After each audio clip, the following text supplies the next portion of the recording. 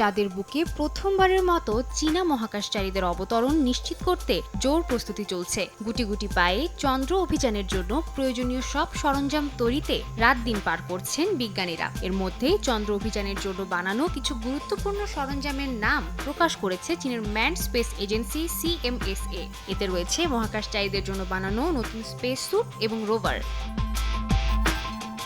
মানব চালিত চন্দ্র রোভারটির নাম রাখা হয়েছে তানসুও, যার বাংলা অর্থ অন্বেষণ। এটি চাঁদের ভূগঠনের বিশদ গবেষণা, নমুনা সংগ্রহ এবং যোগাযোগ প্রযুক্তির উন্নয়নে গুরুত্বপূর্ণ ভূমিকা রাখবে।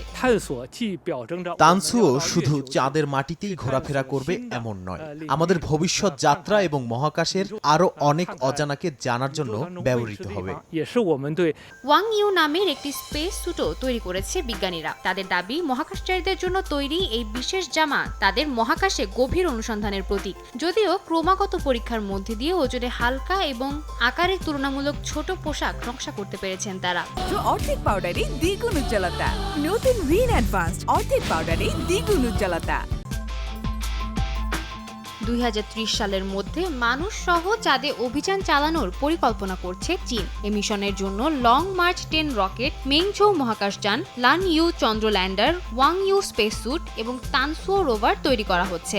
ভূপরীক্ষাগারে যাচাই করা হচ্ছে বিভিন্ন নতুন প্রযুক্তির কার্যকারিতা। একই সঙ্গে চলছে মহাকাশচারীদের প্রশিক্ষণ। সাদিয়া তাসনিম, সময় সংবাদ।